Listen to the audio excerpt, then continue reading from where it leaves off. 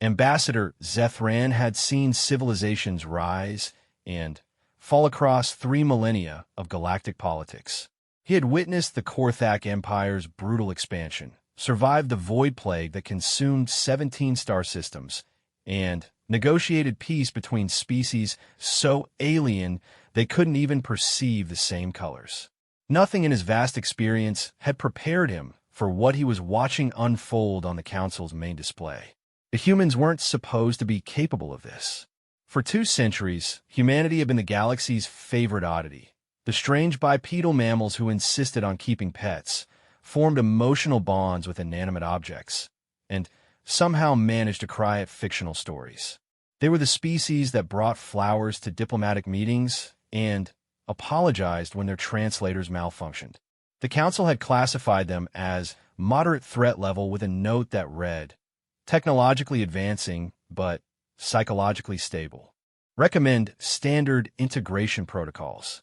Now, as Zethran watched entire Zarathi battle fleets disappear from sensors in mere moments, he realized the Council's greatest mistake wasn't underestimating human technology or even their tactical brilliance.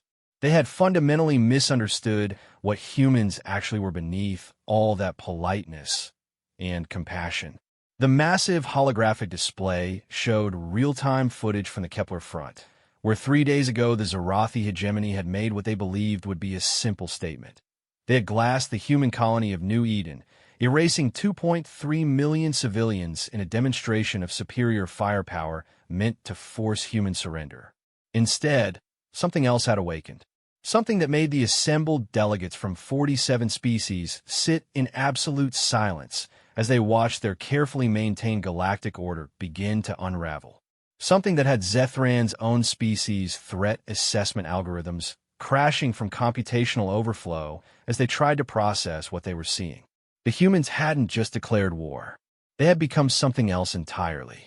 And the Council was starting to understand that for 200 years, they hadn't been dealing with humanity at all. They had been dealing with humanity on its very best behavior. The emergency council session had been called within hours of the first reports reaching the core worlds. Ambassador Zethran floated in his diplomatic pod, his gaseous form shifting between deep purple and anxious amber as he reviewed the incoming data streams. Around the vast circular chamber, representatives from 47 species maintained their positions in carefully arranged atmospheric bubbles, each designed to accommodate their specific biological needs. The Zarathi delegation occupied their traditional place of honor near the speaker's platform. General Vorthak, their military representative, still carried the arrogant bearing that had characterized the species for the past 3 centuries. His chitinous exoskeleton gleamed under the chamber's artificial lighting, and his compound eyes reflected the satisfaction of a predator that had just demonstrated its dominance to the rest of the food chain. 3 days ago, that satisfaction might have been justified. The Zarathi had been the galaxy's premier military force for over 500 years. Their technology was advanced, their tactics proven, and their willingness to use overwhelming force had kept the peace through fear for generations. When they announced their intention to discipline the humans for their territorial presumptions in the Outer Rim, most council members had simply noted it as another minor police action. The humans, after all, were hardly a military concern. Since first contact 2 centuries earlier, they had been model galactic citizens. They paid their tribute taxes on time, maintained proper diplomatic protocols, and had even contributed some interesting cultural innovations to council society. Their music was surprisingly popular among the Inthali, and their literature had found an unexpected audience among the contemplative Wardani. They were useful, harmless, and sufficiently advanced to be worth keeping around. The Zarathi had demanded resource rights to 3 human-colonized systems in the Kepler sector. When humanity respectfully declined and requested arbitration through proper council channels, General Vorthak had seen an opportunity to remind the galaxy why challenging Zarathi interests was inadvisable.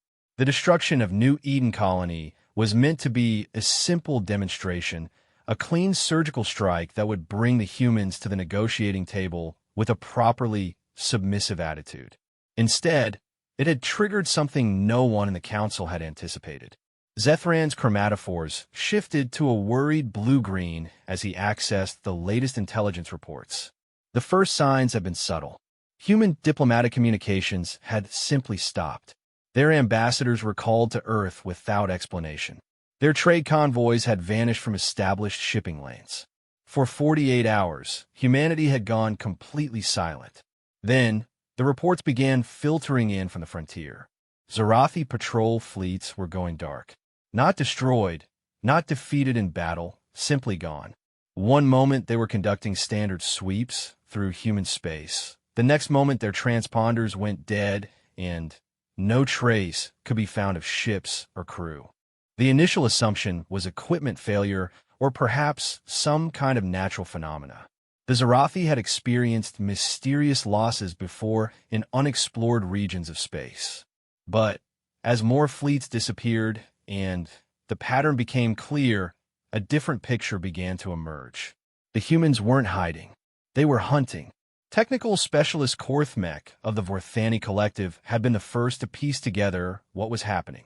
His species' analytical minds were perfectly suited to pattern recognition, and the data streaming in from the Kepler front painted a picture that defied conventional military doctrine. The human response demonstrates coordination across multiple star systems simultaneously. Korthmek reported to the assembled council, his mechanical voice carrying no emotion despite the disturbing implications of his words. Analysis indicates implementation of predetermined tactical plans with precision timing suggesting months or years of preparation. General Vorthack's mandibles clicked in dismissive irritation. Impossible. Our intelligence networks have monitored human military capabilities for decades. They possess adequate defensive technology, but lack the infrastructure for coordinated offensive operations across interstellar distances. Korthmek's optical sensors rotated to focus on the Zarathi general. Your intelligence networks monitored what humans chose to show you. Current data suggests significant discrepancies between observed human capabilities and actual human capabilities. The holographic display at the chamber's center activated, showing a three-dimensional map of the Kepler sector. Red markers indicated Zarathi positions. Blue markers showed known human settlements, and yellow markers tracked the movement of human fleets. Except there were no yellow markers visible on the display. This represents the current tactical situation, Korthmek announced. Human fleet positions remain unknown despite deployment of advanced sensor networks throughout the sector. Zarathi forces report no enemy contact prior to disappearing from communications. Ambassador Veltar of the Synthic Union raised a concern that had been troubling many council members. Are we certain these missing fleets have been destroyed? Could they have been captured? The question hung in the chamber's atmosphere like a toxic cloud. The possibility of capture raised implications that no one wanted to consider. Zarathi military technology in human hands could destabilize the entire galactic power structure. Before Korthmek could respond, a priority communication signal activated the chamber's emergency systems. The massive display shifted to show an incoming transmission from Admiral Zaketh, commanding the Zarathi Third Fleet at the edge of human space. Admiral Zaketh was a veteran of 30 years of military service, his chitinous armor bearing the scars of a dozen campaigns. He had never been known to show fear, which made his current expression all the more disturbing to those familiar with Zarathi psychology. Council Command, this is Admiral Zaketh reporting from designation .779. I am transmitting under emergency protocols to report unprecedented tactical developments. The Admiral's voice carried the strain of exhaustion and something else that took a moment for the universal translators to identify as confusion. We have engaged human forces 3 times in the past 18 hours. Each engagement has resulted in complete tactical failure despite overwhelming numerical and technological advantage. Human vessels demonstrate capabilities not present in any previous intelligence assessments. The display showed combat footage from the Admiral's flagship, Zarathi battle cruisers, each one larger than most species' entire naval vessels. moved in perfect formation through space. Their weapons systems charged to full power, their shields radiating the characteristic purple glow that had been the last thing thousands of enemy combatants had ever seen. Then, the humans appeared. The ships that materialized around the Zorathi fleet bore no resemblance to the modest vessels humanity had fielded during previous diplomatic encounters. These were something else entirely. Sleek, predatory designs that seemed to bend light around their hulls. No visible weapons ports, no obvious shield generators, nothing that conformed to standard military architecture.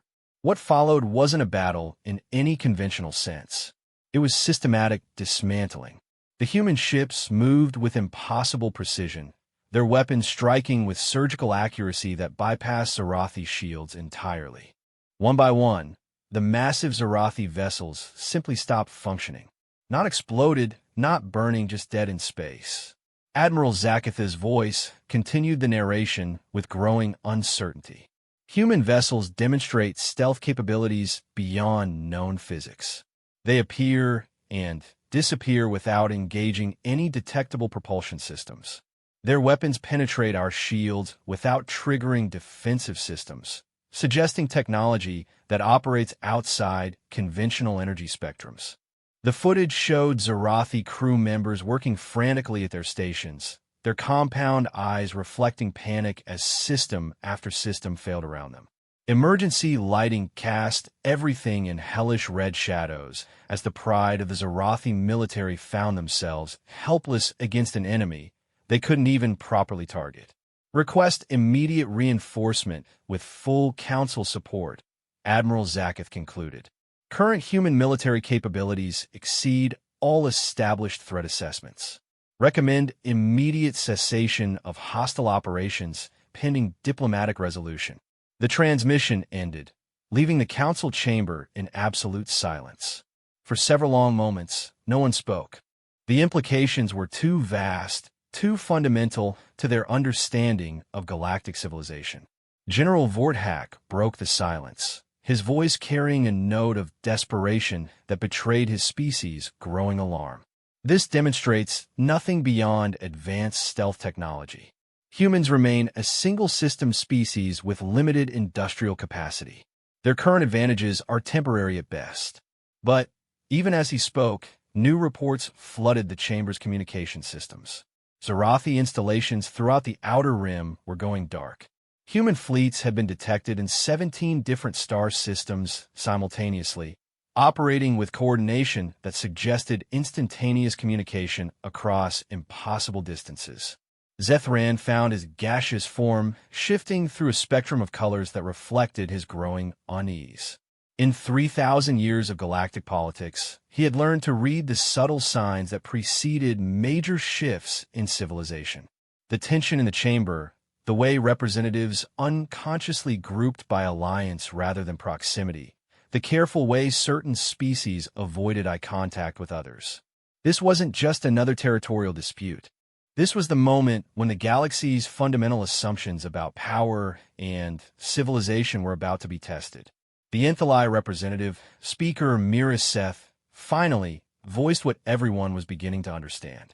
Her melodious voice carried across the chamber with crystalline clarity that made her words impossible to ignore.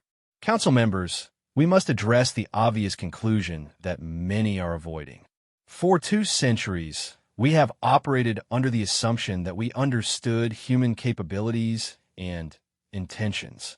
The evidence now suggests that our assumptions were fundamentally incorrect. She gestured toward the tactical displays, still showing the systematic disappearance of Zorathi forces. This level of coordinated military response cannot be improvised. The technology being demonstrated suggests research and development programs operating for decades without detection.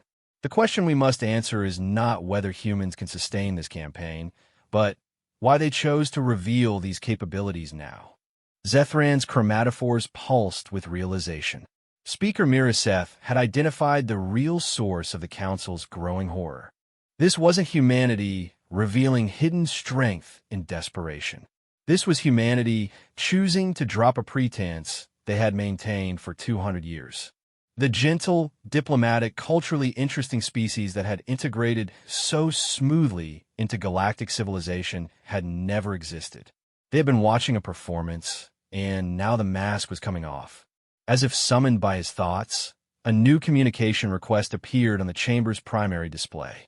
The origin point was Earth, humanity's home system. After 3 days of complete silence, the humans were finally ready to talk. But as the transmission activated and the image resolved into focus, Zethran realized that talking might not be the right word for what was about to happen. The human appearing on the display wore no uniform, carried no visible rank insignia, and sat in what appeared to be an ordinary office rather than a military command center. She was elderly by human standards, her hair silver white, and her face lined with age. She looked like exactly the kind of gentle, reasonable diplomat the Council had grown accustomed to dealing with over the past 2 centuries. When she spoke, her voice was calm, measured, and absolutely terrifying in its complete lack of emotion. Honored Council members, I am Director Sarah Chun of Earth's Diplomatic Corps.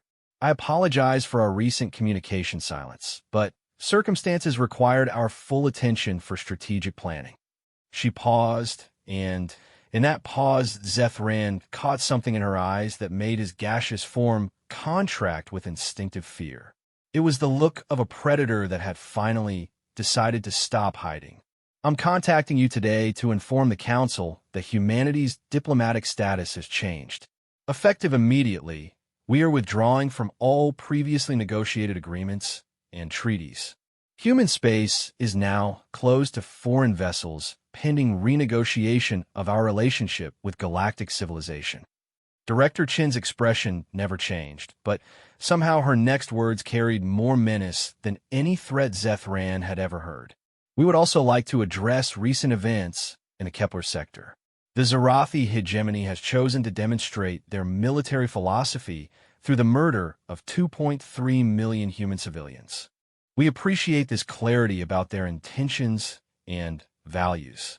It has helped us make some important decisions about our own diplomatic priorities. The display shifted to show orbital footage of New Eden Colony.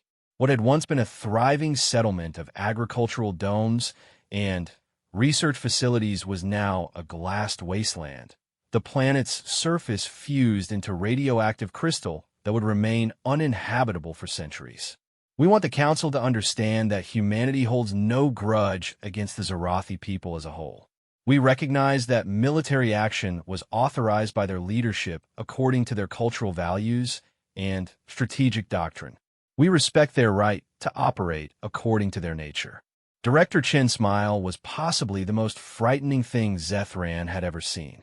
It was warm, understanding, and completely empty of human compassion. We simply want to ensure that they have the opportunity to experience the full implications of the precedent they have chosen to establish. We believe in leading by example, and they have provided us with an excellent model of appropriate behavior towards civilian populations. The transmission ended, leaving the Council chamber in shocked silence. In the space of 5 minutes, everything had changed. The diplomatic order that had maintained galactic peace for centuries was suddenly irrelevant. The species they had thought of as useful junior partners had just announced their intention to rewrite the fundamental rules of civilization. And based on what they had seen in the Kepler sector, they apparently had the capability to enforce their new rules whether the rest of the galaxy agreed or not. General Vorthak was the first to recover from the shock, his chitinous frame clicking with agitation.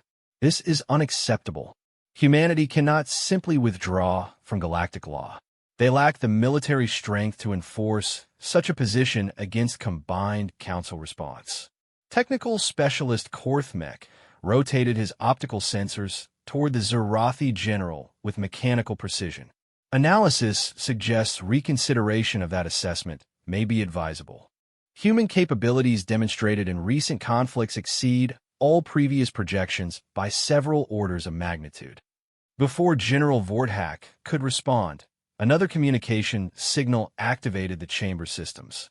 This time the origin point was from deep space, somewhere in the sector between human and Zarathi territories. The transmission that followed would haunt the council members' dreams for years to come. Admiral Zaketh appeared on the display again, but something fundamental had changed. His chitinous armor was scorched and cracked. His compound eyes reflected the kind of trauma that came from witnessing something beyond comprehension. When he spoke, his voice carried the hollow tone of someone reporting from the edge of madness. Council Command, this is Admiral Zaketh transmitting final report from what remains of the Third Fleet. The camera angle shifted to show the bridge of his flagship, and several council members made sounds of distress at what they saw. The bridge was functional but clearly damaged. More disturbing were the Zarathi crew members visible in the background. They moved with the careful, mechanical precision of people who had experienced something that broke their fundamental understanding of reality. 18 hours ago, human forces surrounded our fleet. They did not demand surrender. They did not issue ultimatums. They simply began demonstrating what they called educational protocols. Admiral Zaketh's mandibles trembled as he continued. They took our ships apart piece by piece while keeping life support intact. Not destroyed, disassembled. They removed our weapons systems with surgical precision, disabled our engines with tools that operated at the molecular level, and systematically documented every aspect of our technology. The display showed footage of the human vessels working on the Zarathi fleet. The massive battle cruisers hung helpless in space while sleek human ships moved around them like surgeons around an operating table. Beams of energy that operated outside any known physics reached out to touch the Zarathi vessels, and wherever they made contact, metals simply ceased to exist at the atomic level. They were thorough. Admiral Zaketh reported with the mechanical precision of someone reliving a nightmare. They cataloged our shield frequencies, mapped our communication protocols, analyzed our weapons technology. They treated us like specimens being prepared for study. The Admiral's voice broke slightly as he reached the most disturbing part of his report. When they finished their analysis, they put everything back together. Our ships, our weapons, our defenses, everything exactly as it had been, but now they knew precisely how to counter every system we possessed. He looked directly into the camera, his compound eyes reflecting a kind of existential terror that transcended species boundaries. Council Command, they were not trying to defeat us. They were learning us. And when they finished learning, they let us go with a message. Admiral Zaketh held up a small device that definitely had not been Zarathi technology. It was sleek, organic-looking, and seemed to pulse with its own internal light. They said to tell the Council that humanity appreciates the galaxy's patience during their integration period over the past 2 centuries. They said they have learned much about galactic civilization and are now ready to participate as full equals rather than junior partners. The device in the Admiral's hands activated, projecting a holographic message in perfectly clear galactic standard. The voice that emerged was Director Chen's, but now they could hear undertones that the universal translators had missed during her formal address. The human species would like to express our gratitude for the educational opportunity provided by recent events. The Zarathi demonstration of standard galactic military doctrine has been most illuminating. We look forward to showing our appreciation through reciprocal demonstrations of human military doctrine. The hologram shifted to show real-time footage from 17 different star systems. In each one, Zarathi installations and fleet positions were highlighted by targeting markers that updated in real time. The message was clear. Humanity was no longer hidden, and they were no longer playing by the same rules. We anticipate beginning practical demonstrations within the next 72 hours. We encourage Council observation of these exercises, as they will help clarify humanity's current position regarding galactic diplomatic protocols. The hologram faded, leaving the Council chamber in absolute silence. For several long minutes, no one spoke. The implications were simply too vast to process quickly. Finally, Ambassador Veltar of the Synthic Union asked the question that was on everyone's minds. What exactly are we dealing with? What is humanity? Technical specialist Korthmek accessed his species' vast databases, cross-referencing the tactical data with thousands of years of military history and xenobiology studies. When he spoke, his mechanical voice carried an unusual note of uncertainty. Analysis inconclusive. Human capabilities demonstrated exceed all established models for technological development patterns. Coordination across interstellar distances suggests either technology beyond current understanding or... He paused, his optical sensors dimming as he processed scenarios his analytical mind didn't want to accept. Or what? General Vorthak demanded. Or human civilization has been operating at a significantly higher technological level than observed for the entire duration of Council contact. The coordination, the precision, the systematic nature of their response suggests preparation spanning decades or centuries. The horrible implication hung in the chamber's atmosphere like a poison gas. For 200 years, the Council had believed they were managing humanity's integration into galactic civilization. Instead, humanity had been studying galactic civilization while maintaining a carefully crafted illusion of technological and military inferiority. Speaker Mirasetha's melodious voice cut through the growing panic with crystalline clarity. We need to consider the possibility that what we have been calling first contact was actually humanity's preliminary assessment of whether galactic civilization was worth joining. And what we have been calling integration was actually humanity's extended observation period to determine how we operate when we think we're in control. Zethran felt his gaseous form shift through colors he hadn't displayed in over a century. Patterns that reflected the kind of existential dread his species experienced when confronted with predators they couldn't understand or escape. Because if Speaker Miraseth was correct, then everything the Council thought they knew about power, technology, and civilization was about to be proved wrong by a species that had been watching them make fools of themselves for 2 centuries. And based on what Director Chun had said about reciprocal demonstrations, they were about to learn exactly what humanity thought of the galactic order they had observed. The learning experience was going to be educational. It was going to be thorough. And judging by what had happened to Admiral Zakatha's fleet, it was going to be absolutely terrifying. The Zarathi home system of Thraxer had been the heart of military power in the galaxy for over 5 centuries. Its orbital defense platforms could have held off fleets from multiple species combined. The planet's surface bristled with weapon installations capable of cracking moons, while the system's outer rings housed the shipyards that produced the galaxy's most feared warships.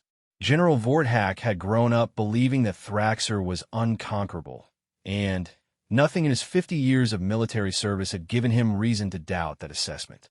He was about to learn how wrong he had been. The first sign that something unprecedented was happening came from the system's outer sensor network. Long-range detection stations that monitored approaches from 17 different vectors simultaneously went silent within a 3-minute window. Not destroyed, not damaged, simply offline as if someone had reached out and turned them off like lighting fixtures. Admiral Korthex, commanding the home defense fleet, initially dismissed the sensor failures as equipment malfunctions. The Thraxer system's defensive network was so comprehensive that total sensor failure seemed impossible. Even if hostile forces somehow penetrated the outer perimeter, backup systems would provide warnings long before any real threat materialized. The backup systems never activated.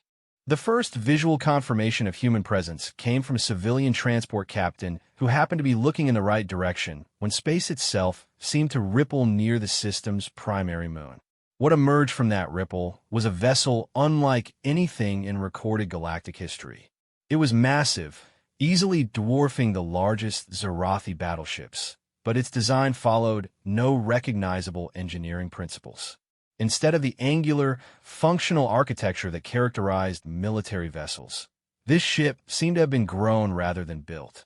Its hull curved and flowed like living tissue, and its surface reflected light in patterns that hurt to look at directly. Captain Thexmore, a veteran transport pilot with 30 years of experience, managed to transmit a brief description before his ship's communication systems mysteriously failed. Council Station. This is Transport 774 reporting massive, unknown vessel of non-standard configuration. Design suggests biotechnology or exotic materials beyond current classification parameters. Vessel does not respond to standard identification requests and appears to be scanning our defensive installations. That transmission was the last communication to leave the Thraxer system for the next 6 hours. What followed was not a battle in any conventional sense. The massive human vessel simply positioned itself at the system's gravitational center and began broadcasting on all frequencies simultaneously. The transmission reached every ship, station, and planetary installation throughout the Thraxer system at exactly the same moment, suggesting technology that operated outside normal space-time limitations. The voice that emerged from the transmission was calm, professional, and delivered in perfect Zarathi high military protocol. It belonged to someone who identified herself as Fleet Admiral Elena Vasquez of the Terran Defense Consortium. Attention military and civilian personnel of the Thraxer system. I am Admiral Vasquez, commanding the Terra-class strategic vessel Humanity's Resolve. We are here to conduct practical demonstrations of human military doctrine as promised in our recent communication to the Galactic Council. Admiral Corthex, monitoring the transmission from his flagship's command bridge, felt his chitinous exoskeleton vibrate with barely contained rage. The audacity of a single vessel challenging the entire home defense fleet defied all military logic. He activated his fleet's communication systems to demand the human vessel's immediate surrender. His communication systems didn't respond. Admiral Vasquez's voice continued with the same professional calm, as if she were delivering a routine training lecture. Your communication networks have been temporarily disabled to ensure full attention during this educational presentation. Please observe carefully as we demonstrate several key concepts that your species appears to have misunderstood about human capabilities. The first demonstration began immediately. The Thraxer system's orbital defense platforms were engineering marvels, each one housing enough firepower to obliterate entire fleets. They were positioned in overlapping coverage patterns that made approach impossible for conventional forces. Admiral Corthex had spent years studying their defensive arrangements and knew them to be mathematically perfect. The human ship proved that mathematics could be irrelevant. Instead of approaching the defense platforms, the Humanity's Resolve simply made them stop working. One by one, across 17 different orbital positions, the massive weapon installations went dark. Not destroyed, not damaged, simply deactivated as if someone had found their power switches and turned them off. Technical specialist Vorthkek, monitoring the platforms from the fleet's command ship, reported the impossible with mechanical precision. Admiral, defense platforms report complete system shutdown across all networks simultaneously. No weapons discharge detected. No energy signatures consistent with known attack methods. Platforms appear structurally intact, but completely non-functional. Admiral Corthex demanded explanations that his technical staff couldn't provide.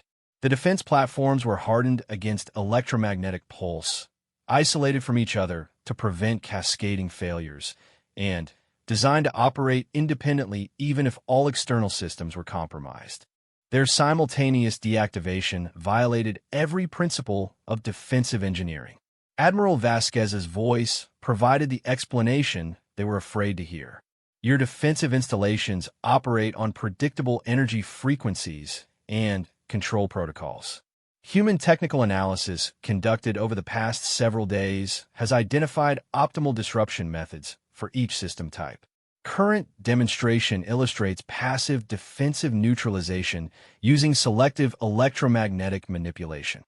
The words meant nothing to most of the Zarathi crew members, but Admiral Corthex understood the implications perfectly. The humans weren't using superior firepower to overcome the defense platforms. They were using superior understanding to turn them off like appliances. The second demonstration targeted the home defense fleet itself. Admiral Cortex commanded 18 battleships, 47 cruisers, and over 200 support vessels. It was the largest concentration of military power in the galaxy, representing the accumulated strength of 5 centuries of Zarathi expansion. His flagship alone carried enough weaponry to sterilize a planet's surface. None of it mattered. The human vessel began broadcasting what sounded like technical specifications in rapid succession. Fleet technical specialist Vorthkek frantically attempted to translate the stream of data, his analytical systems struggling to process information that seemed to operate on principles beyond current galactic understanding. Admiral, the human vessel appears to be broadcasting detailed technical schematics of our ship designs, weapons systems, shield frequencies, and propulsion mechanisms. The level of detail suggests complete understanding of Zarathi military technology at the foundational level. Admiral Cortex felt a chill that had nothing to do with the ship's atmospheric systems. How detailed? They're describing the molecular composition of our hull plating. They know the precise energy output of our weapons systems. They have accurate schematics of our shield generators down to individual circuit pathways. Vorthkek paused as more data flooded his systems. Admiral, they know things about our ships that our own engineers would need to disassemble them to verify. The horrible implication was clear. Somehow, the humans had gained complete technical understanding of Zarathi military technology without having access to Zarathi ships or facilities. They had either developed analysis methods that operated beyond known physics, or they had been studying Zarathi technology for far longer than anyone had realized.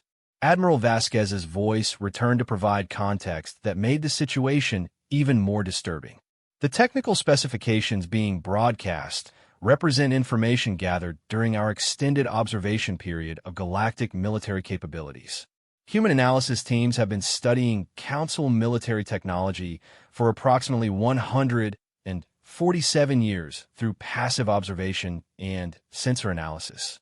We have found galactic military doctrine to be quaint. 147 years. The humans have been secretly analyzing galactic military technology since shortly after first contact, building detailed knowledge while pretending to be harmless junior partners in galactic civilization. The third demonstration showed what humanity had learned during those years of secret study. Without warning, the humanity's resolve simply disappeared. Not destroyed, not departed, simply gone as if it had never existed. Admiral Cortex's sensor operators frantically scanned the system, deploying every detection method available to Zarathi technology. Their instruments reported empty space where moments before a massive vessel had been positioned. Then, the human ship reappeared, but now was inside the defensive perimeter, close enough to the fleet that its hull details were visible on tactical displays.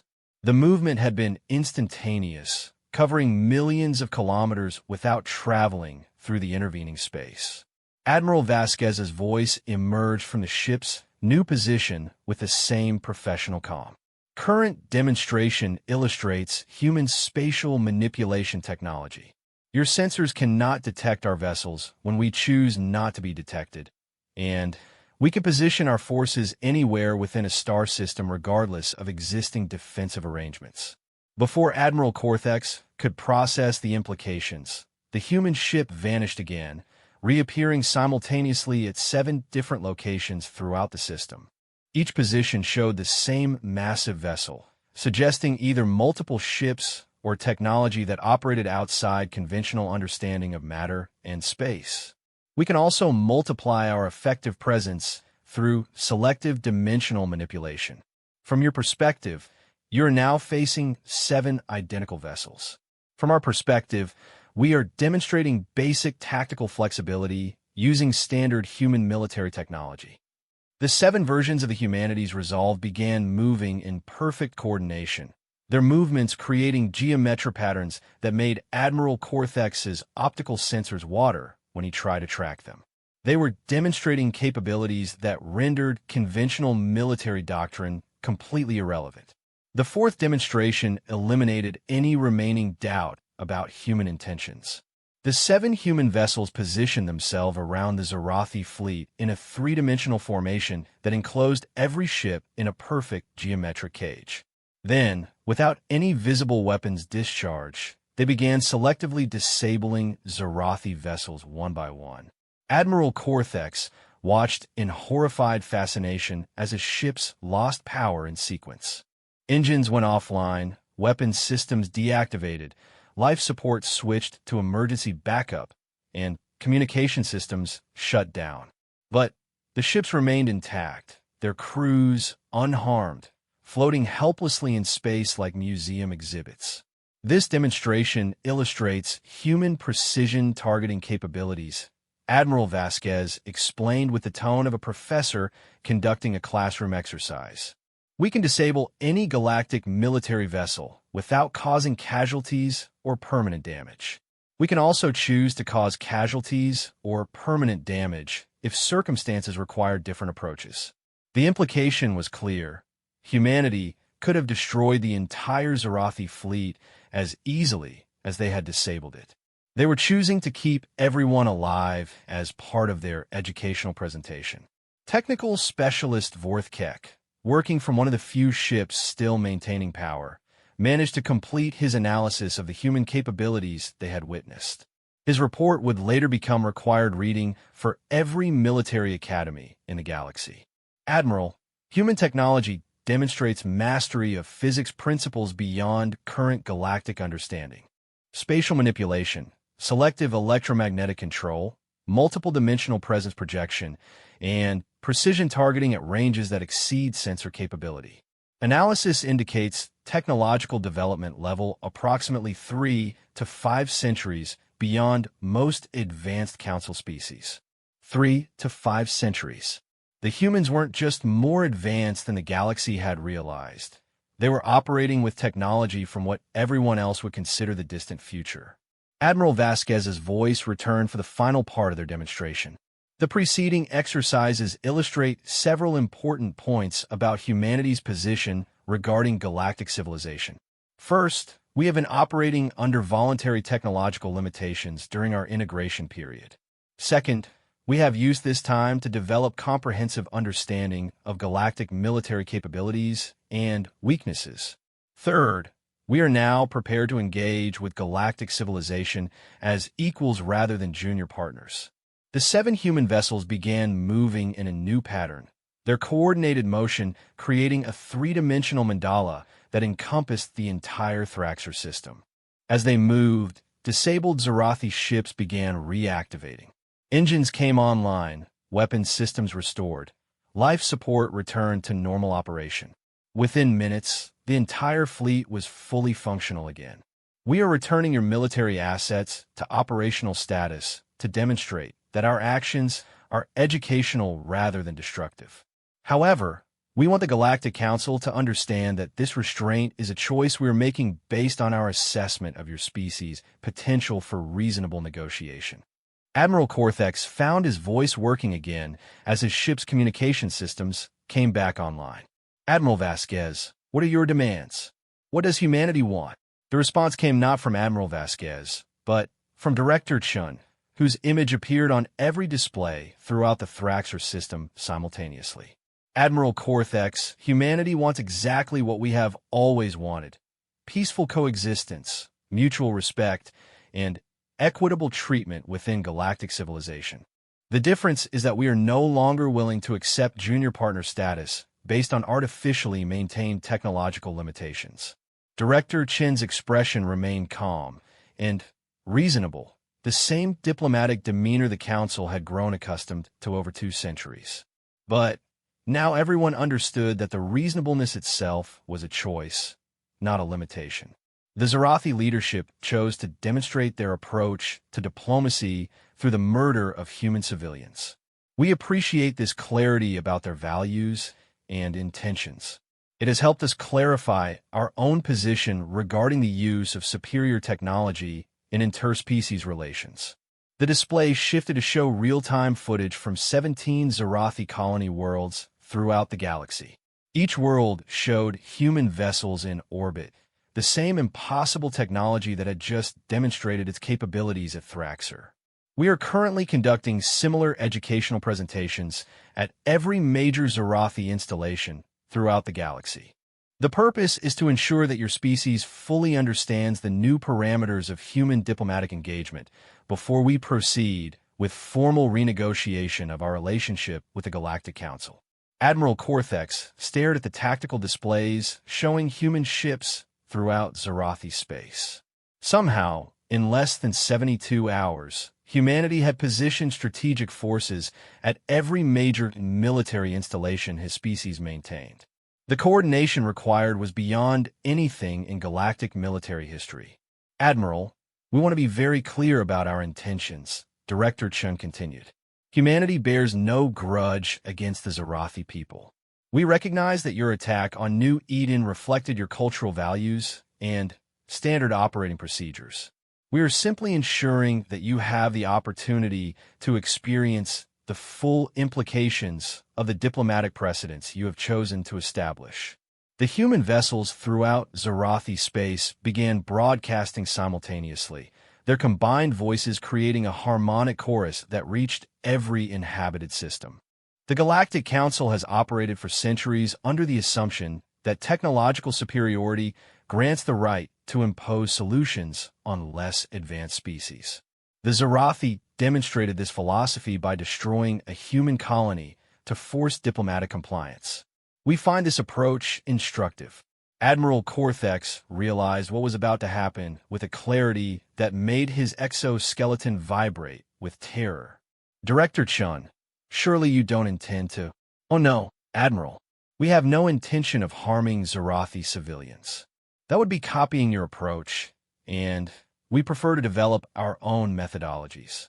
The displays throughout Zarathi space shifted to show something that would haunt Admiral Cortex's dreams for the rest of his life. The human vessels were projecting detailed holographic displays that showed the technical specifications of every Zarathi military installation, civilian infrastructure system, and technological capability. We are broadcasting complete technical analysis of Zarathi civilization to every species in the galaxy. Your military codes, your shield frequencies, your weapon capabilities, your industrial processes, your transportation networks. Everything we learned during our recent educational encounters. The implications hit Admiral Cortex like a physical blow. Humanity wasn't going to destroy Zarathi civilization. They were going to make it completely defenseless by giving away all of its technological secrets to every potential enemy in the galaxy. We believe in the free flow of information. Director Chun continued with her terrifying diplomatic smile. The Zarathi approach to interspecies relations has been so effective that we want to ensure every species in the galaxy has the opportunity to engage with you using identical methods. Admiral Cortex found himself pleading with an enemy who held his entire species' survival in her hands. Director Chun, this will destabilize the entire galactic order. Other species will use this information to treat the Zarathi exactly as the Zarathi have treated other species for 5 centuries. Yes, Admiral, that's precisely the point. We want everyone to experience the full benefits of the diplomatic philosophy your leadership chose to demonstrate at New Eden. The human vessels began departing as suddenly as they had arrived, their impossible technology making them fade from sensors like ghosts returning to whatever realm they had emerged from. But before they vanished completely, Director Chun provided one final message that would reshape galactic civilization forever. The Galactic Council will reconvene in 72 hours to discuss humanity's new status within galactic civilization. We encourage full attendance, as we will be presenting our revised proposals for interspecies cooperation. These proposals will reflect what we have learned about galactic diplomatic methods during our recent educational experiences. The transmission ended, leaving the Thraxer system in shocked silence. Admiral Cortex stared at the tactical displays showing the technical broadcasts spreading throughout the galaxy. Every species that had ever suffered under Zarathi military pressure now had detailed information about how to neutralize Zarathi defenses. The Zarathi had spent 5 centuries building their reputation through fear and superior technology. In a single day, humanity had made them the most vulnerable species in the galaxy. And, based on Director Chen's final message, this was just the beginning of humanity's revised approach to galactic diplomacy. Technical specialist Vorthkek, still processing the implications of what they had witnessed, asked the question that would define the next phase of galactic history. "Admiral, what do we do now?" Admiral Korthex stared at the displays showing human vessels departing from 17 Zarathi systems simultaneously, their departure as coordinated and impossible as their arrival had been. "We pray that humanity is more merciful than we have been," he whispered, "and we prepare to discover what the galaxy looks like when we are no longer the ones in control." Across the galaxy, 46 other species were reaching the same conclusion as reports of humanity's demonstrations flooded their intelligence networks. The gentle, diplomatic, technologically inferior species they had spent 2 centuries managing and condescending to had just revealed itself to be the most advanced military power in galactic history. And they were no longer pretending to be harmless. The Council would reconvene in 72 hours to discuss humanity's new proposals for interspecies cooperation. But everyone understood that these would not be negotiations between equals. They would be humanity's terms for allowing galactic civilization to continue existing. The only question was whether those terms would be more generous than the treatment humanity had received for the past 2 centuries. Based on what had happened to the Zarathi, most species were not optimistic about their chances. The Emergency Council session reconvened exactly 72 hours after Director Chen's ultimatum, but the chamber itself had been transformed. Gone were the comfortable diplomatic pods and species-specific atmosphere bubbles that had accommodated 2 centuries of civilized discussion. Instead, every representative sat in identical, standardized seating, breathing the same neutral atmosphere mix, experiencing the same environmental conditions. The message was clear: humanity was no longer interested in accommodating the galaxy's diverse preferences. They were establishing new rules, and those rules would be applied equally to everyone. Ambassador Zethran found the enforced uniformity deeply disturbing. His gaseous form rippled with uncomfortable color patterns as he struggled to maintain cohesion in an atmosphere that wasn't designed for his species' biology. Around the chamber, representatives from 46 species displayed similar signs of distress as they adapted to conditions that suited no one perfectly, but treated everyone equally. The only species conspicuously absent were the Zarathi. General Vorthak and his delegation had requested permission to attend via remote transmission, citing security concerns about traveling to the council chambers.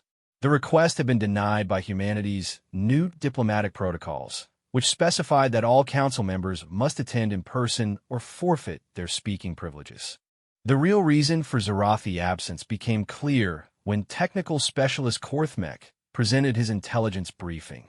The systematic release of Zarathi technological secrets had triggered exactly the consequences Director Chun had predicted. 17 species had launched simultaneous attacks on Zarathi installations, using the detailed technical information humanity had provided to devastating effect. Zarathi military capabilities have been reduced by approximately 67% in the past 72 hours, Korthmek reported with mechanical precision. Multiple species have exploited released technical specifications to target critical infrastructure with unprecedented accuracy. Zarathi home defense fleets report complete tactical ineffectiveness against coordinated attacks using their own counterintelligence information. The chamber remained silent as representatives absorbed the implications. Humanity had systematically dismantled the galaxy's premier military power without firing a shot, simply by ensuring that everyone else knew exactly how to do it themselves. Speaker Miraseth of the Inthalai was the first to voice what everyone was thinking. The humans have eliminated the Zarathi as a galactic power structure while maintaining complete deniability. They provided information, not weapons. They enabled justice, not vengeance. Ambassador Veltar of the Synthic Union shifted nervously in his standardized seating. Justice is a subjective interpretation. From a strategic perspective, they have demonstrated the ability to neutralize any galactic power by revealing its weaknesses to its enemies. The horrible mathematics of the situation were inescapable. If humanity possessed detailed technical knowledge about Zarathi systems gained through secret observation, they likely possessed similar knowledge about every other species in the galaxy. Any council member could find themselves in the Zarathi position if they displeased Earth's new diplomatic requirements. Before anyone could voice this concern directly, the chamber's communication systems activated. The massive central display showed not Director Chun or Admiral Vasquez, but a new human representative.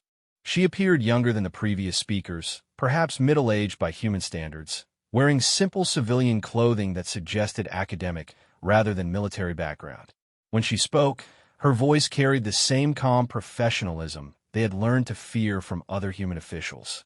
Honored council members, I am Dr. Amanda Torres, Director of Human Xenological Research. I will be presenting humanity's formal proposals for revised galactic diplomatic protocols. Dr. Torres gestured, and the display behind her activated to show a three-dimensional map of the galaxy. Every inhabited system was marked with colored indicators that designated current political allegiances, trade relationships, and military capabilities. The level of detail was staggering, suggesting decades of careful observation and analysis. For the past 203 years, humanity has maintained comprehensive monitoring of galactic civilization. Our research teams have studied your political structures, economic systems, military capabilities, and cultural patterns with the goal of determining optimal integration strategies. Ambassador Zethran felt his chromatophores shift to patterns of deep unease. 203 years was longer than official first contact. Humanity had been watching galactic civilization before anyone knew they existed. Our analysis has identified several systemic problems with current galactic governance that require immediate correction, Dr. Torres continued. First, political power is concentrated among species that achieve technological advancement through conquest and subjugation rather than innovation and cooperation.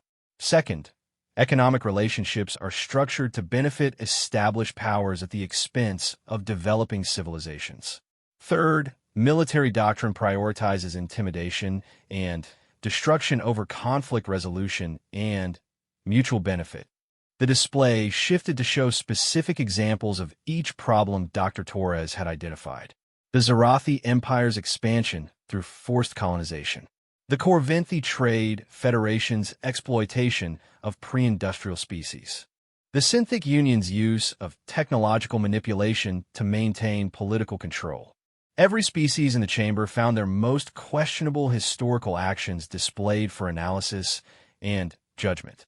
Humanity proposes implementing corrective measures to address these systemic issues, Dr. Torres announced. Our recommendations are based on careful study of successful governance models from human history, adapted for the complexities of interstellar civilization. What followed was not a negotiation or discussion. It was humanity presenting a comprehensive restructuring of galactic civilization, supported by detailed analysis of why current systems were inadequate and backed by demonstrated technological superiority that made opposition irrelevant. The first proposal addressed political representation. Instead of the current system where species gained council voting power based on military strength and territorial control, humanity suggested proportional representation based on population, technological contribution, and diplomatic cooperation. Species that had built their influence through conquest would find their political power significantly reduced, while peaceful civilizations would gain voting strength proportional to their actual contributions to galactic society. The second proposal restructured economic relationships to eliminate what Dr. Torres called technological colonialism. Advanced species would no longer be permitted to maintain monopolies on critical technologies or exploit less developed civilizations through unfair trade agreements. Instead, a new system of technology sharing and cooperative development would ensure that all species could advance according to their capabilities rather than their military power. The third proposal was the most radical: complete military reorganization under human oversight. Current galactic military doctrine is based on the assumption that technological superiority grants the right to impose solutions through force, Dr. Torres explained. This assumption has produced a civilization where peaceful species live in fear while aggressive species expand through intimidation. Humanity proposes eliminating this dynamic through comprehensive military restructuring. The display showed detailed plans for what Dr. Torres called the Galactic Peacekeeping Initiative. Every species would be required to submit their military assets to human analysis and regulation. Weapon systems that exceeded defensive necessity would be disabled or removed. Military forces would be restructured to focus on protection and disaster response rather than conquest and intimidation. Most controversially, enforcement of these new protocols would be managed by human oversight teams equipped with the advanced technology they had demonstrated during recent educational presentations. Ambassador Veltar found the courage to voice the question everyone was afraid to ask. Dr. Torres, what you are proposing is essentially human hegemony over galactic civilization. How is this different from previous imperial systems? Dr. Torres smiled with the same terrifying warmth they had learned to recognize as humanity's diplomatic warning sign. Ambassador Veltar, the difference is competence. Previous galactic powers maintained control through intimidation and the threat of destruction. Humanity maintains control through understanding and the capacity for precise intervention. The display shifted to show comparative analysis of imperial systems throughout galactic history. The Zarathi Empire's rule through fear and superior firepower. The ancient Vorthani collective's control through technological monopoly. The Corvinthi Federation's dominance through economic manipulation. Each previous system eventually collapsed because they were based on exploitation rather than cooperation, Dr. Torres explained. Humanity's approach is based on optimization. We studied your civilizations for over 2 centuries to determine the most effective methods for achieving stable, peaceful, and prosperous interstellar civilization. Technical specialist Korthmek requested clarification on humanity's enforcement capabilities. Dr. Torres, implementation of these proposals would require monitoring and intervention capabilities across thousands of star systems simultaneously. Human technology has demonstrated impressive tactical applications, but comprehensive galactic governance suggests infrastructure requirements beyond any known capabilities. Dr. Torres nodded approvingly, as if Korthmek had asked exactly the right question. Specialist Korthmek raises an important point about implementation logistics. Humanity has been preparing for this transition for approximately 150 years. Our infrastructure development has proceeded in parallel with our observational studies. The display activated to show something that made every representative in the chamber experience their species' equivalent of existential terror. Scattered throughout the galaxy, in systems that every major power had believed were uninhabited or strategically irrelevant, massive human installations were becoming visible. Not newly constructed, but revealed as their concealment systems deactivated.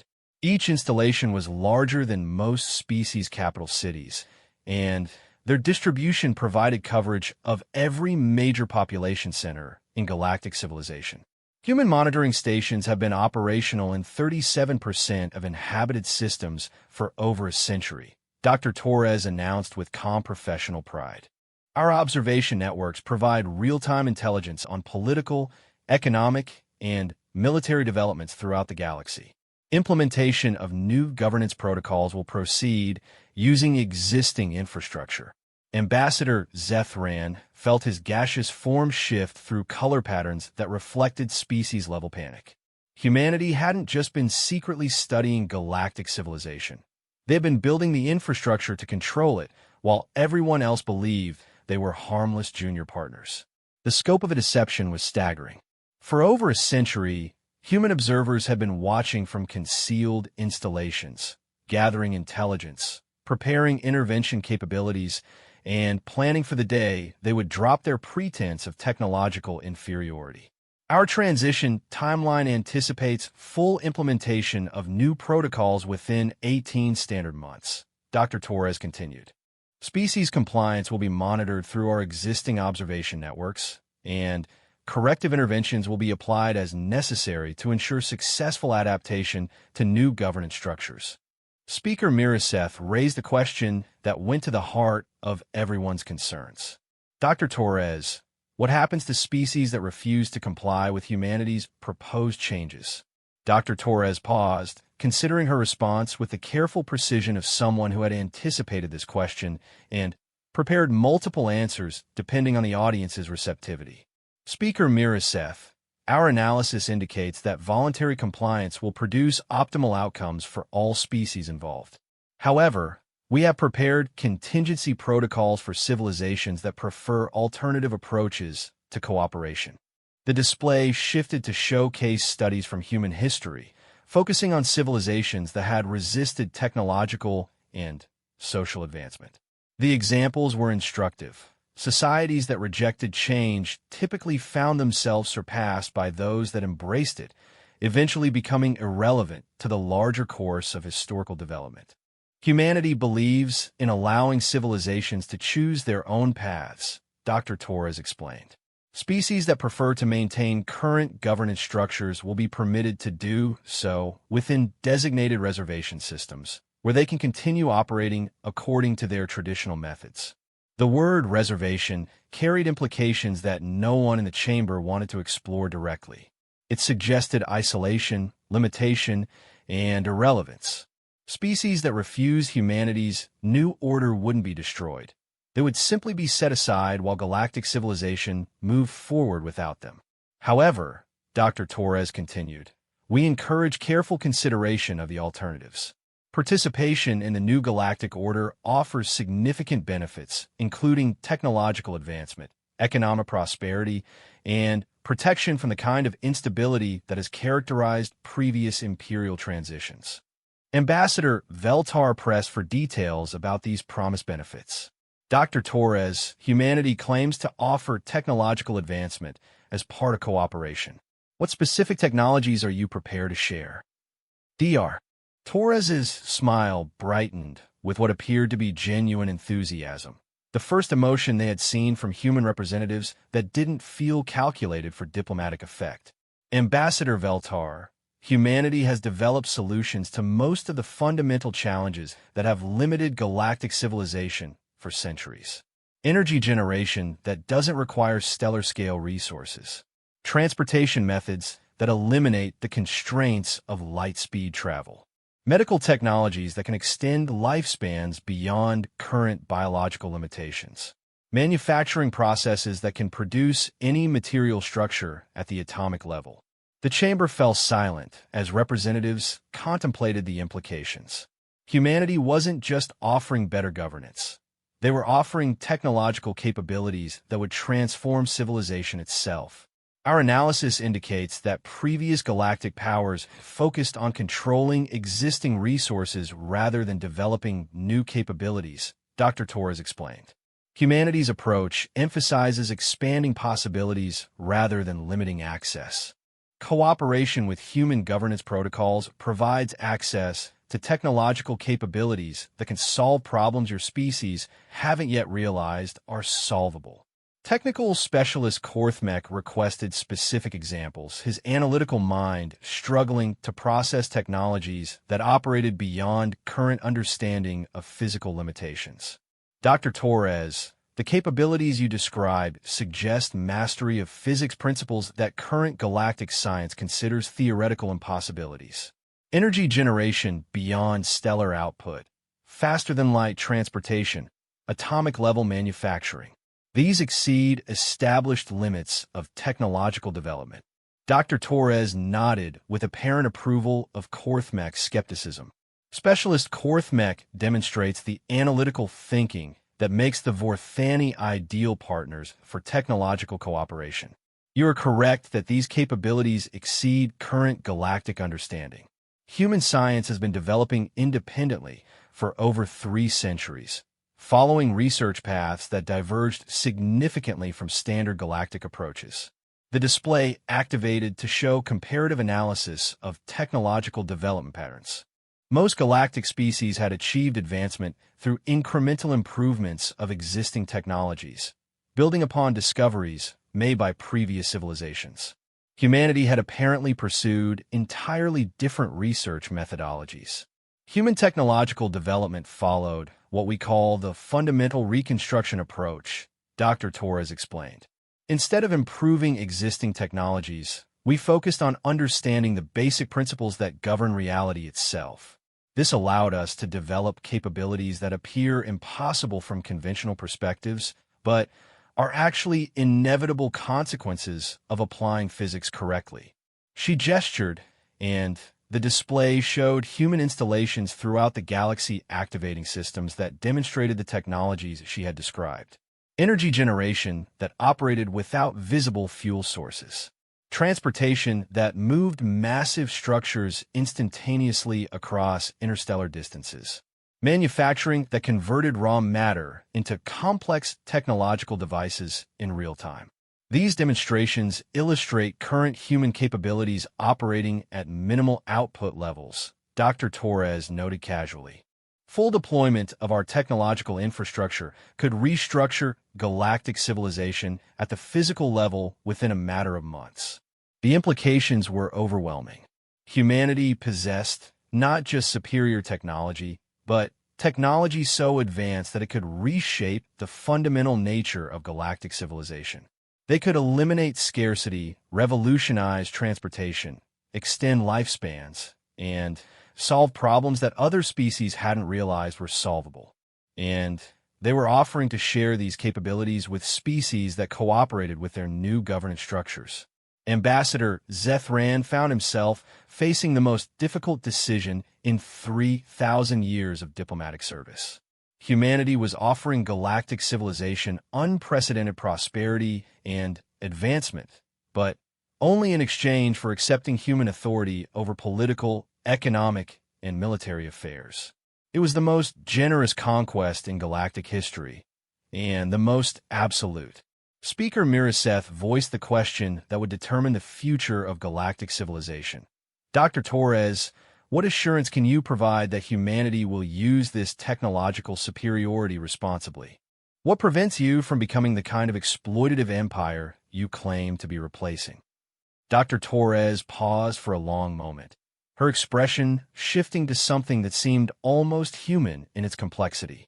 For the first time in their interactions with human representatives, her diplomatic mask slipped slightly to reveal something that might have been genuine emotion. Speaker Miriseth, that is the most important question anyone has asked during these proceedings, she said quietly. The answer is that you have no assurance beyond our demonstrated behavior and stated intentions. Ultimately, you must decide whether to trust us based on what you have observed of our character. She gestured to the displays showing human installations throughout the galaxy.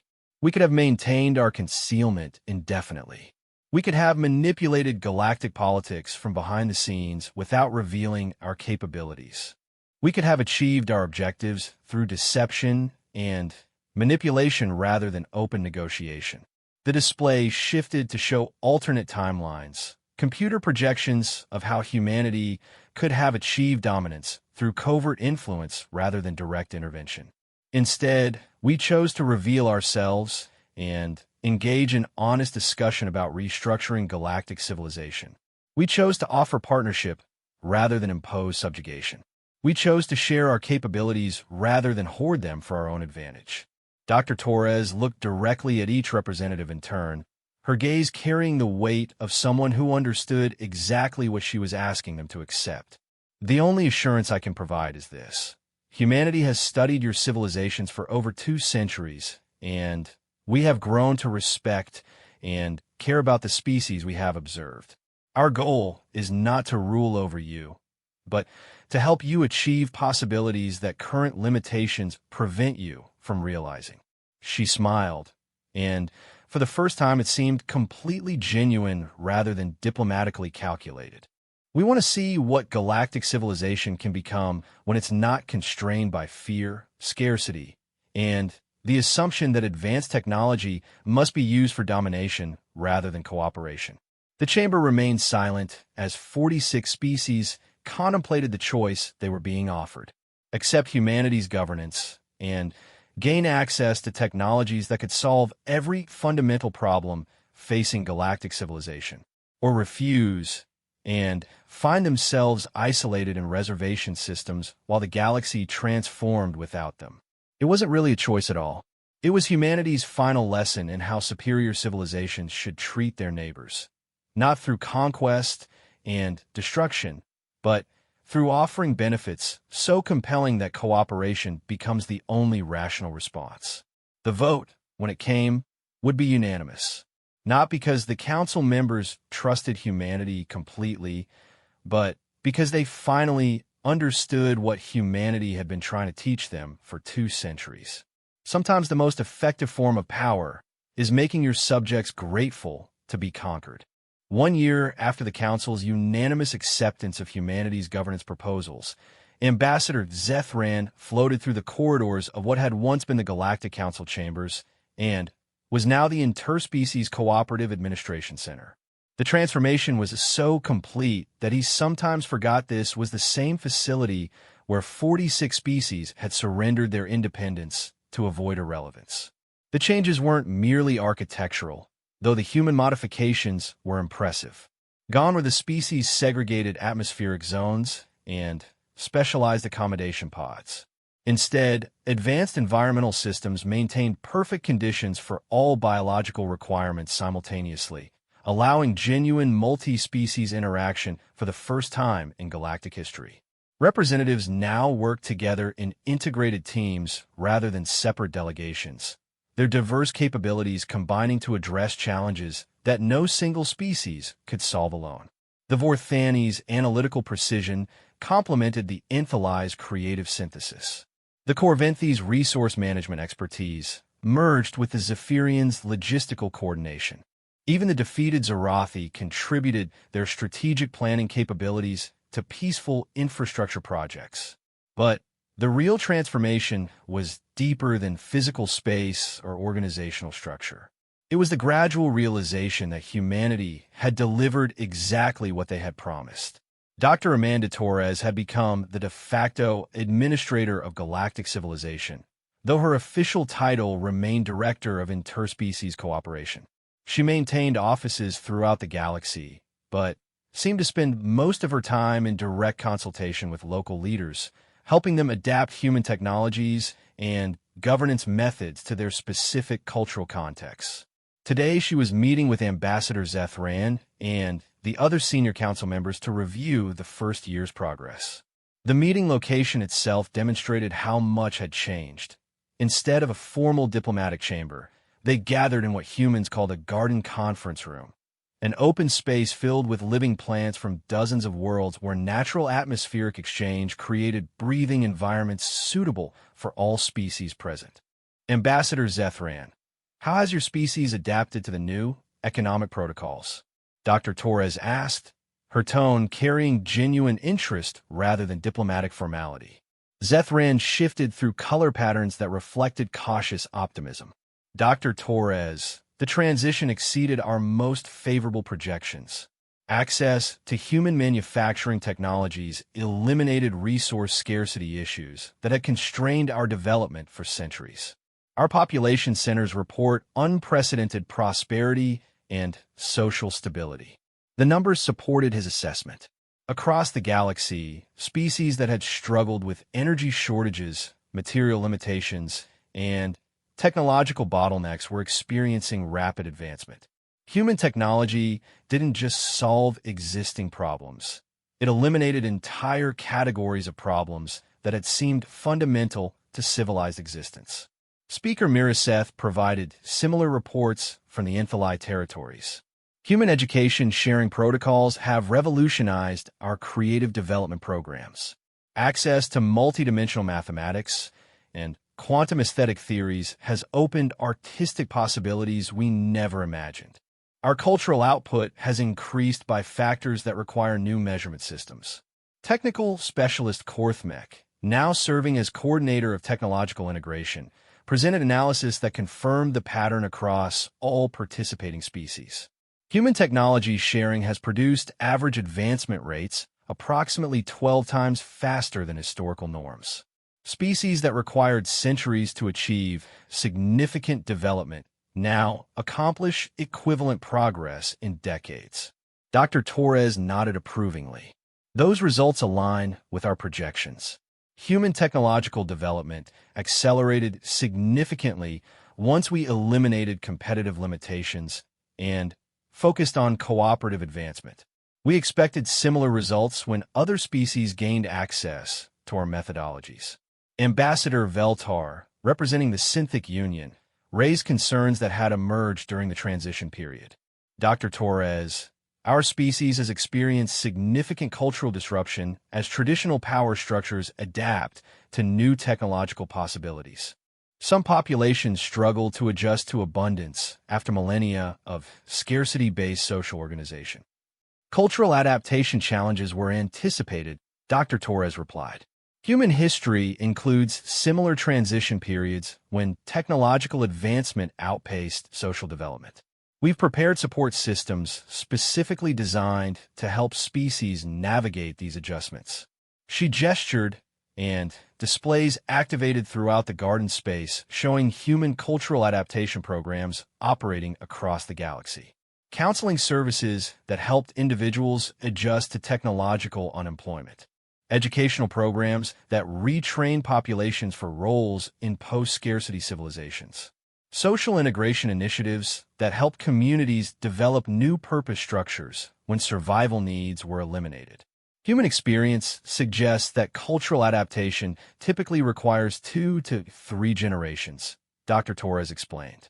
Species that embrace the transition process report higher satisfaction and faster adjustment to new possibilities. The conversation shifted to more complex concerns as council members grew comfortable with direct discussion rather than diplomatic euphemism. Admiral Korthex, now serving as coordinator of system defense rather than commanding Zarathi military forces, addressed the question that still troubled many former military leaders.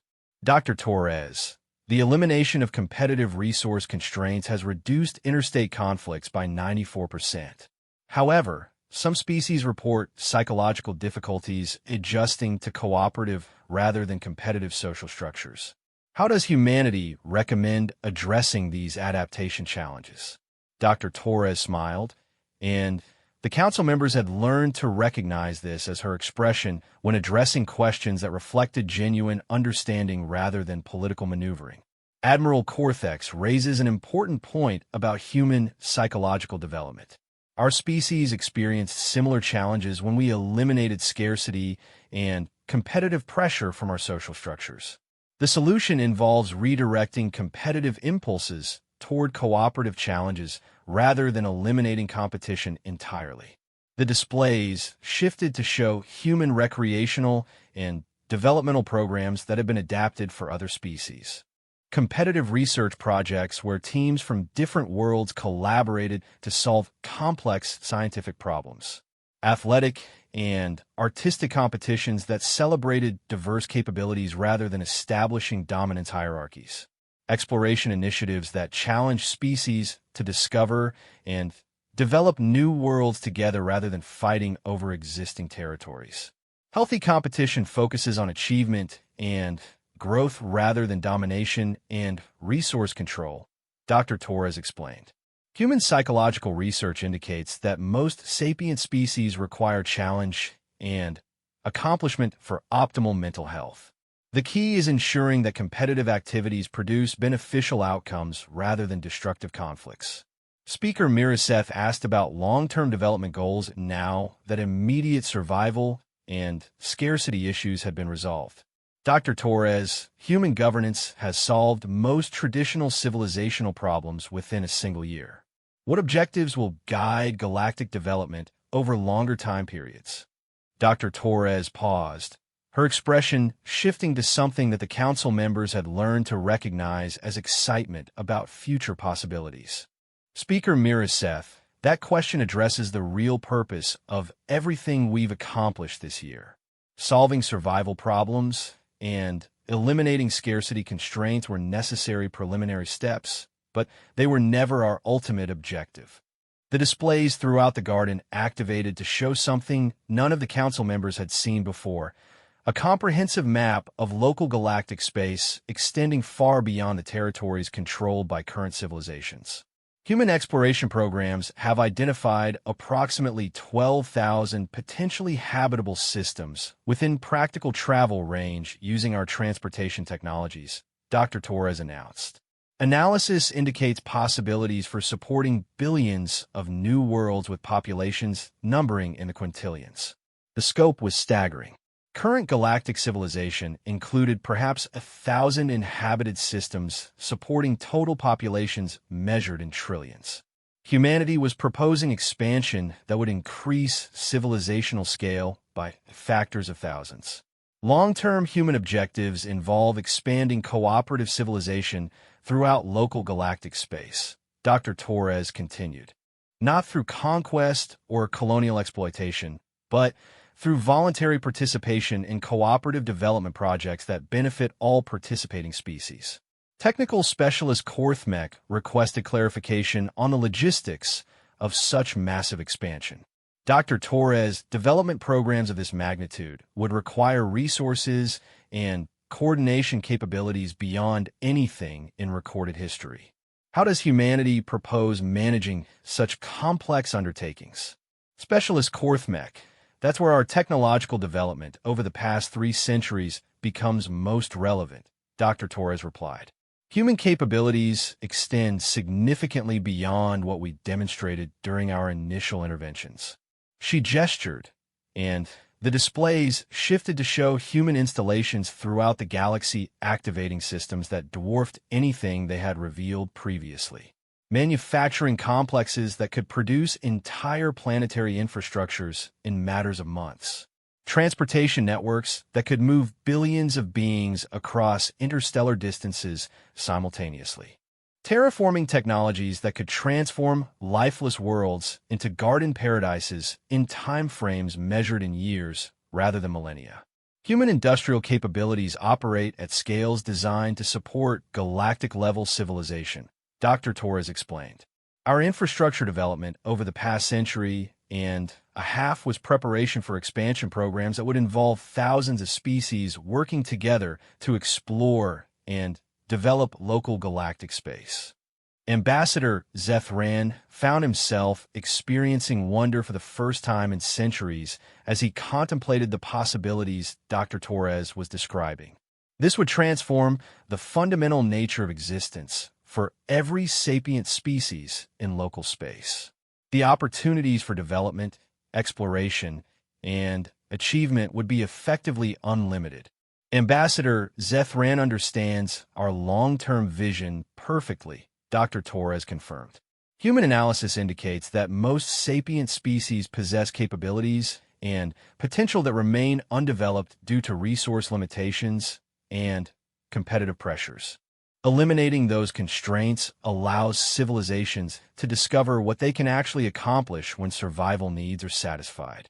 She stood, moving to the center of the garden space where living plants from dozens of worlds created a natural mandala of cooperation and diversity. Human observations of galactic civilization identified incredible potential constrained by artificial limitations. The Vorthani analytical capabilities that could revolutionize scientific understanding. The Enthalai creative synthesis that could develop art forms beyond current imagination. The Zarathi strategic planning that could coordinate projects spanning centuries. the Zephyrian logistics coordination that could manage resource flows across thousands of systems. Dr. Torres looked directly at each council member as she continued. Every species we studied possessed unique capabilities that could contribute to achievements impossible for any single civilization. The tragedy was watching that potential wasted on competitive resource conflicts and territorial disputes that served no constructive purpose. Speaker Miraseth asked the question that addressed the deepest concerns about humanity's ultimate intentions. Dr. Torres, the capabilities you describe would make humanity capable of reshaping local galactic space according to any vision you choose. What assurance do we have that this expansion will remain cooperative rather than becoming a more sophisticated form of imperial domination? Dr. Torres smiled, and the council members recognized her expression as genuine rather than diplomatic. Speaker Miraseth, the answer is that humanity has already achieved everything we could want through imperial domination, and we found it unsatisfying. Our technological capabilities have eliminated scarcity, solved survival challenges, and provided us with effective control over local galactic space. From a dominance perspective, we won centuries ago. She gestured to the garden around them, the living demonstration of cooperation and diversity that had replaced the sterile diplomatic chambers of the old order. What we discovered was that domination produces isolation. Achievement without partnership becomes meaningless. Creation without collaboration loses its purpose. The most advanced civilizations in human history eventually learned that the greatest accomplishments require cooperation with equals rather than subjugation of inferiors. Dr. Torres's expression grew serious as she addressed the core of their concerns. Humanity's ultimate objective is not to rule over galactic civilization, but to participate in something greater than any single species could achieve alone. We want to see what becomes possible when thousands of different forms of intelligence work together on challenges that inspire their best capabilities. She activated a final display that showed projections of what local galactic space could become over the next millennium. Billions of worlds supporting unimaginable diversity of life and intelligence. Cooperative projects spanning star systems and centuries. Achievements in science, art, exploration, and philosophy that could only emerge from the combined efforts of thousands of different species. This is what humanity offers galactic civilization, Dr. Torres announced. Not subjugation or even benevolent rule, but partnership in creating something unprecedented in known history. Ambassador Zethran floated in contemplative silence as he absorbed the scope of what humanity was proposing. For 3 millennia, he had served galactic civilization focused on managing conflicts, mediating territorial disputes, and preventing the kind of destructive competitions that had characterized interspecies relations throughout recorded history. Humanity was offering to make all of that irrelevant by creating possibilities so vast that competitive resource conflicts became meaningless. Technical specialist Korthmek provided analytical summary that captured the essential transformation. Human proposals represent transition from scarcity-based civilization focused on resource control to abundance-based civilization focused on capability development. Projected outcomes exceed optimal scenarios for all participating species by factors requiring new mathematical approaches. Admiral Korthex addressed practical concerns about implementing such ambitious long-term programs. Dr. Torres, projects spanning millennia and involving thousands of species would require coordination systems beyond anything attempted in galactic history. How does humanity propose managing such complexity? Admiral